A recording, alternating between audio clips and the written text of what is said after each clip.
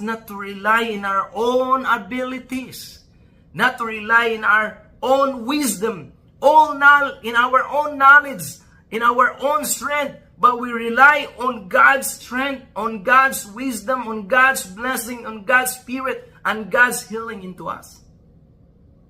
Wow, we need to be awakened. We need to be reminded that to rely on Christ, on God. No?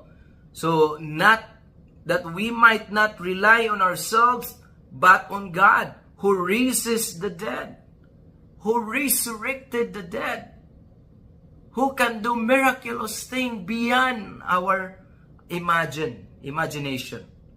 He has delivered us from such deadly peril. Verse 10.